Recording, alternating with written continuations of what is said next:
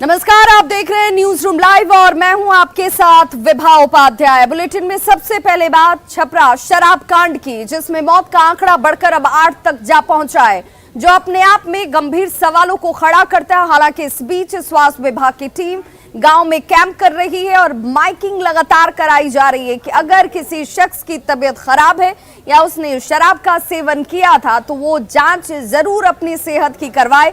गांव में स्वास्थ्य विभाग की टीम इस वक्त मौजूद और मस्जिद से ये ऐलान किया जा रहा है कि जो भी शख्स बीमार हैं वो स्वास्थ्य विभाग के पास आकर इसकी जानकारी दें, अपने स्वास्थ्य की जांच कराएं। मस्जिद से अपील लगातार इस वक्त गांव में की जा रही है।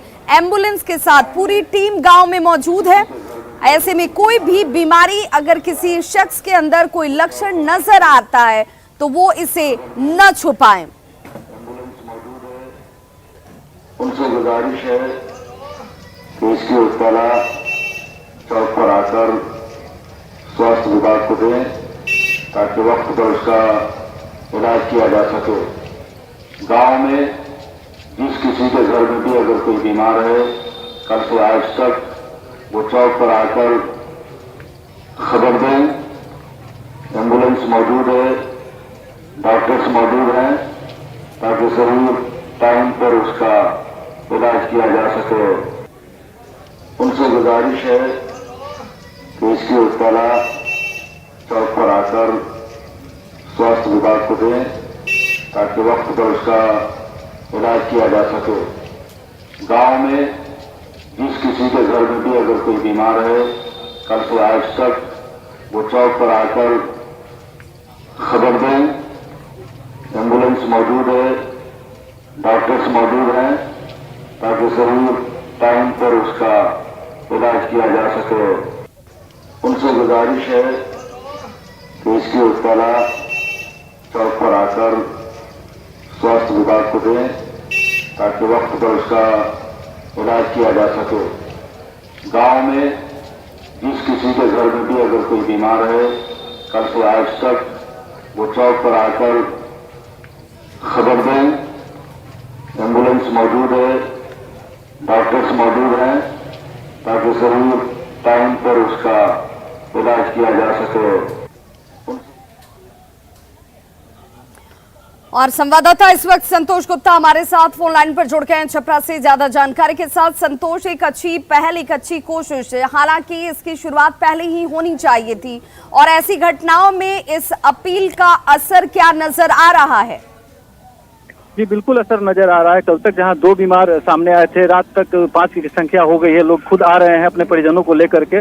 जिन लोगों ने शराब पी थी और अपने परिजनों को जैसे ही पता चल रहा है, लोग स्वास्थ्य विभाग के पास आ रहे हैं। स्वास्थ्य विभाग की एम्बुलेंस में लेकर अस्पताल पहुंच रही है और 5 लोगों का इलाज अभी अस्पताल में चल रहा है, जिनकी स्थिति अब खतरे से बाहर बताई जा रही है। हालांकि डॉक्टर लगातार उनकी मॉनिटरिंग कर रहे हैं, उनके स्वास्थ्य की जांच कर रहे हैं। तो एक अच्छी पहल कही जा सकती है कि मस्जिद से इस तरह का एक ऐलान किया गया कि अगर कहीं भी, क्योंकि मस्जिद की आवाज जो है, अजान की आवाज दूर दूर जाती है, जहां से अजान होता था वहां से एक अच्छी ऐलान की गई है कि जो भी शख्स अगर कोई घर में बीमार हो, छुपा हुआ हो, डर, चूंकि सबसे बड़ी बात है कि शराबबंदी कानून के तहत शराब पीने वाले को जेल भेजा जाएगा, ऐसा डर लोगों में है कि अगर हम शराब पी करके पकड़े जाएंगे तो हमें जेल भेजा जाता है। इस डर से लोग छुपे हुए थे और भय था उनके अंदर में। लेकिन इस ऐलान के बाद लोग कहीं धीरे धीरे भय खत्म हो रहा है और लोग स्वास्थ्य विभाग के पास आ रहे हैं, अपनी स्वास्थ्य की जांच करा रहे हैं। कुछ ऐसे भी लोग थे जो शराब पी करके बीमार थे लेकिन वो सामने नहीं आ रहे थे। तो एक कोशिश की जा रही है कि लोग डरे नहीं, खुल करके स्वास्थ्य विभाग के पास आए। बिल्कुल, जिला प्रशासन की तरफ से ये कोशिश और ये विश्वास लोगों के अंदर जगाया जाना बहुत जरूरी है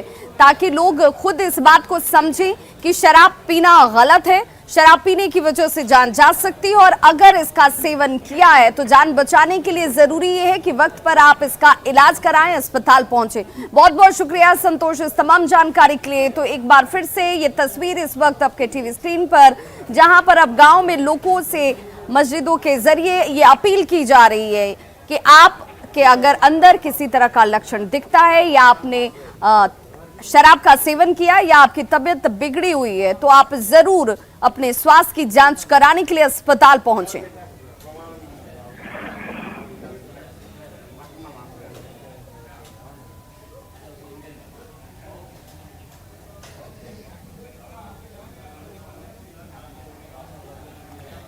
तो इस शराब कांड की वजह से अब तक 8 लोगों ने अपनी जान गंवा दी।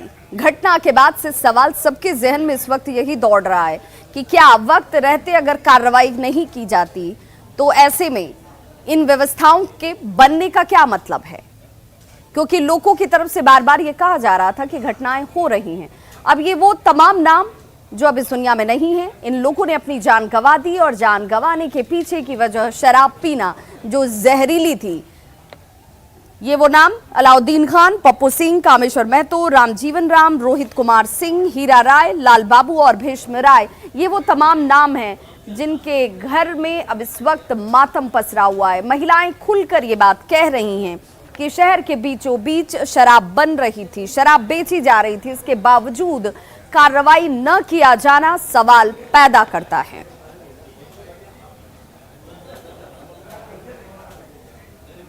तो 8 लोगों की मौत के बाद जैसे ही एक एक करके शव गांव में पहुंच रहे हैं, मातमी सन्नाटा यहां पर साफ नजर आता है। रोते बिलखते परिजन आपको नजर आएंगे जहां पर शव यात्रा निकाली जा रही है और एक एक करके 8 लोगों की मौत इस घटना में अब तक हो चुकी है। 5 लोग इलाजरत हैं और इस मामले में आरोपी महिला उर्मिला देवी, जिसके घर ये शराब बन रही थी और बेची जा रही थी, उस महिला के घर को सील कर दिया गया है, लेकिन वो महिला इस वक्त फरार बताई जा रही है।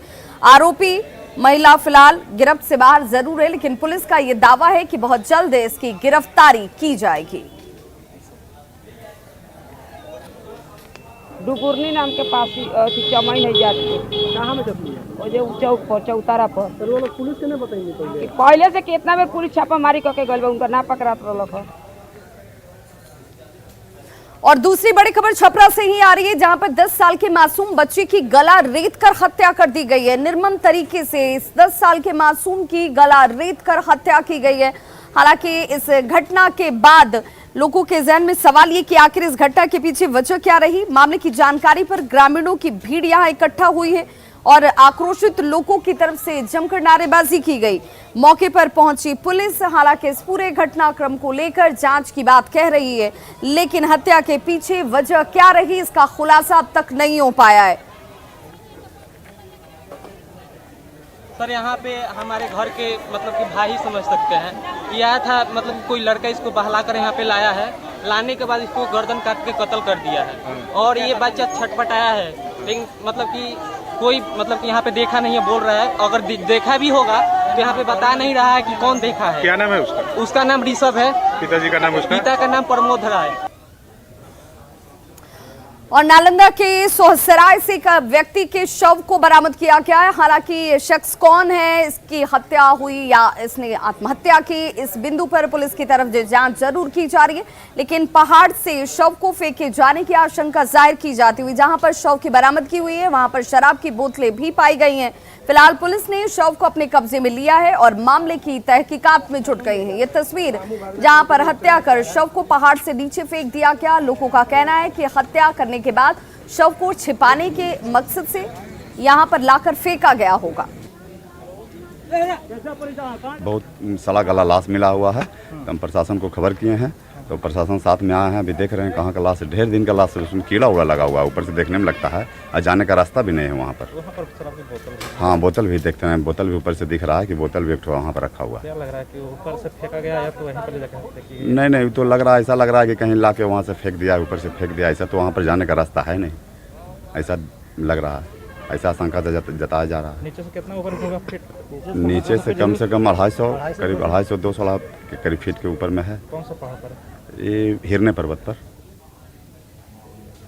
खबर मुजफ्फरपुर से, जहां पर सेक्स रैकेट का भंडाफोड़ किया गया है। बताया जा रहा है कि स्थानीय लोगों की तरफ से यहां पर गतिविधियों को संदिग्ध देखकर पुलिस को इसकी जानकारी दी गई, जिसके बाद पुलिस टीम यहां पर पहुंचती है और 2 युवतियों के साथ 4 ग्राहकों को यहां से आपत्तिजनक स्थिति में पकड़ा गया है। हालांकि पुलिस अब इन सभी से पूछताछ कर रही है। लोगों को जानकारी मिली कि शहर के बीचों बीच ब्रह्मपुरा थाना इलाके के संगम चौक पमरिया टोला में बड़े पैमाने पर देह व्यापार का धंधा चल रहा है, जिसकी जानकारी स्थानीय स्तर पर लोगों की तरफ से पुलिस को दी गई और तब कार्रवाई की जाती है।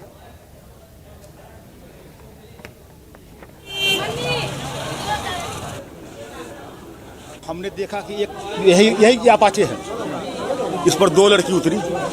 कुछ लड़का मोहल्ला का है जो बताया कि चाचा देखा बहुत गलत काम इस रूम में हो रहा है।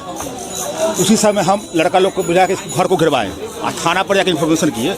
जी जब्त किया जाएगा। प्रमाणित क्या होता है देह विभाग? अभी तो जांच करने के बाद ही कुछ पता चलेगा। प्रथम दृष्टया क्या प्रमाणित हो रहा है? प्रथम दृष्टया सर सर्च करने के बाद ही कुछ पता चलेगा। आपत्तिजनक सामान मिला होते क्या लग रहा है? सर वरीय पदाधिकारी द्वारा इसकी जांच करके ही बताया जाएगा। और बड़ी खबर इस वक्त मोतिहारी से आ रही है, जहां पर सीएसपी में लूटपाट की घटना को अंजाम दिया गया है। दिन दहाड़े इस घटना के बाद से एक बार फिर से कानून व्यवस्था सवालों के घेरे में, जहां पर 5 लाख रुपए की लूट की घटना को अपराधियों ने अंजाम दिया। लूट के दौरान यहां फायरिंग भी की गई है। कोटवा के गढ़वा खजूरिया की घटना बताई जाती है और फिलहाल मौके पर पुलिस की टीम की मौजूदगी है जो जांच में इस वक्त जुटी हुई है। लेकिन दिन दहाड़े इस लूट की घटना ने, जिसमें 5 लाख रुपए की लूट की घटना को सीएसपी से अंजाम दिया गया है, कानून व्यवस्था को एक बार फिर से सवालों के दायरे में लाकर खड़ा कर दिया है। तो बड़ी खबर मोतिहारी से 5 लाख रुपए की लूट की घटना सीएसपी से की गई है। बताया जा रहा है कि 4 की संख्या अपराधियों की थी जो यहां पर बाइक से पहुंचे और घटना को अंजाम देने के बाद यहां से फरार हो चुके हैं। संवाददाता मुकेश हमारे साथ इस वक्त ज्यादा जानकारी के साथ फोन लाइन पर जुड़ गए हैं मोतिहारी से। मुकेश, इस वक्त पुलिस की तहकीकात क्या कहती है? थे 2 बाइकों पर सवार 4 अपराधियों ने घटना को अंजाम दिया है। लगभग करीब 5 लाख रुपए लूट करके ले गए। सूचना के बाद से कोटवा थाना पुलिस पहुंची है और आस पड़ोस के और थानों की पुलिस के भी पहुंचने की सूचना मिल रही है। वहाँ पुलिस पहुंच रही है और छानबीन किया जा रहा है। जिस एरिया में अपराधी लूट करके भागे हैं उन थानों को अलर्ट किया गया है और पुलिस उस तरफ मूव करके उन लोगों को गिरफ्तार करने के प्रयास में है। पुलिस वहां पहुंच करके अपना पूरे छानबीन कर रही है, क्योंकि वहां पर सीसीटीवी कैमरा लगा हुआ नहीं है और इसलिए पुलिस को थोड़ी सी परेशानी हो रही है। लेकिन अपराधियों की पहचान करने का और इस आसपास के इलाकों में तो सीसीटीवी कैमरे होंगे।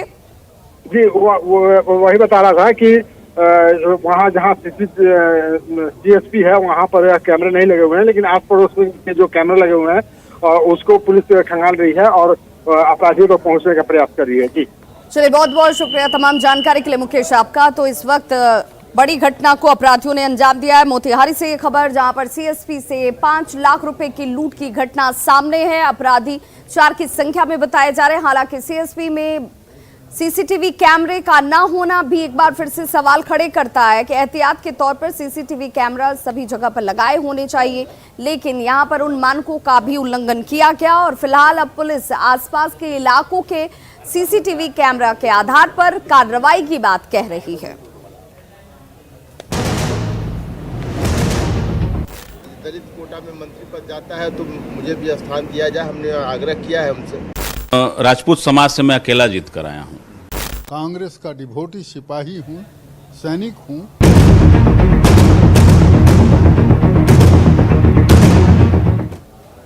तो गठबंधन की नई सरकार बनने के साथ ही कांग्रेस के विधायक अपने अपने मंत्री पद के लिए आला कमान से गुहार लगाने में जुट गए हैं।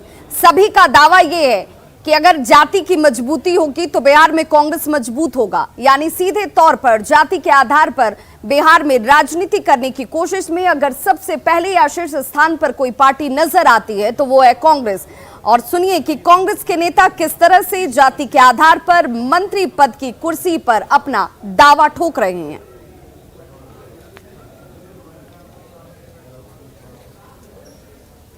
इसलिए कि बिहार के प्रभारी हैं हम लोग, बिहार के एमएलए हैं, उसके नाते हम लोगों ने अपनी बात सारी रखी है कि हम दलित हैं, दलित कोटे से आते हैं, तो एक यदि दलित कोटा में मंत्री पद जाता है तो मुझे भी स्थान दिया जाए, हमने आग्रह किया है उनसे। कांग्रेस लंबे समय से प्रदेश में पिछड़ती आई है और हम सभी युवा तुर्क हैं, नौजवान हैं, दूसरी बार के विधायक हैं और जिस सीट से आते हैं वो भारतीय जनता पार्टी की सीट विगत 30 वर्षों से वो काबिज रही है और मैंने दोनों बार वहाँ की जनता के आशीर्वाद से मैंने 2 बार जीत दर्ज हासिल की और जो वोट बैंक मेरा ब्राह्मणों का कट करके बीजेपी में गया है, उस वोट बैंक को अपनी तरफ मोड़ने के लिए पूरे मैं प्रदेश में कांग्रेस पार्टी के लिए काम करूंगा। लेकिन बक्सर से अगर देखा जाए तो लेकिन ये है कि सबों को हक है अपनी बात रखने का और अपने लिए इच्छा रखने का हक है। उस उसी परिप्रेक्ष्य में हम लोग यहाँ अपने नेताओं से मिलने आए हैं, उनको अवगत कराएंगे और जो आलाकमान निर्णय लेगा, देखिए क्या काम लेगी ये पार्टी विचार करती है। अपनी राय मैं रख देता हूं, फैसला पार्टी के हाथ में है और मेरा होना न होना दोनों बात पार्टी का। मैं पार्टी का, कांग्रेस का डिवोटी सिपाही हूं, सैनिक हूं। पार्टी जो फैसला करेगी वो मैं मानूंगा। 19 विधायक में से एकमात्र पिछड़ यादव जाति से खरिया विधानसभा से महागठबंधन की ओर से कांग्रेस पार्टी के विधायक बना हूं। हम चाहते हैं कांग्रेस पार्टी जनमानस के सम्मान के लिए और कांग्रेस की राजनीति के लिए यादव जाति को मंत्रिमंडल में स्थान देने के लिए प्रस्ताव करे। तो जाति के आधार पर मंत्री पद मामले को लेकर कांग्रेस का यह कहना है कि जाति के आधार पर कांग्रेस राजनीति करती नहीं है, लेकिन जाति के आधार पर प्रतिनिधित्व अगर कोई मांगता है या होता है तो इसमें कोई ऐतराज भी नहीं है। वहीं दूसरी तरफ बीजेपी ने इस पर सीधे तौर पर कटाक्ष करते हुए कहा कि कांग्रेस की यही प्रवृत्ति है, यही आदत है। देखिए, कांग्रेस ने कभी भी जात पात की राजनीति नहीं की है, धर्म की राजनीति नहीं की है, इसलिए कांग्रेस में जात पात धर्म के नाम पर कोई बात नहीं होती है। हाँ, समाज के सभी वर्गों का प्रतिनिधित्व हो, इसकी बात होती है। और अगर किसी ने ये बात उठाई है तो समाज के हित में ये बात होती है। ये कोई बुरी बात नहीं है कि भाई समाज का जो सबसे कमजोर तबका है उसके हित में भी कोई बात करे। अगर कोई बात कर रहा है तो अच्छी बात है। बाकी ऐसी कोई बात कांग्रेस में नहीं उठी है कि जाति के आधार पर मंत्रिमंडल में हिस्सेदारी मिले। हर पार्टी में आंतरिक लोकतंत्र होता है जिसके मुताबिक कोई भी नेता, कार्यकर्ता, सांसद, विधायक अपनी बातों को, अपनी मांग को पार्टी फोरम में रख सकते हैं। कांग्रेस पार्टी में भी ऐसा देखने को मिला है। एक विधायक महोदय ने चिट्ठी लिखकर खुद को मंत्री बनाए जाने की मांग की है। वैसे तो यह कांग्रेस पार्टी का आंतरिक मामला है, लेकिन आने वाले समय में गठबंधन के वरिष्ठ नेता बैठकर विचार विमर्श करेंगे मंत्रिमंडल विस्तार पर।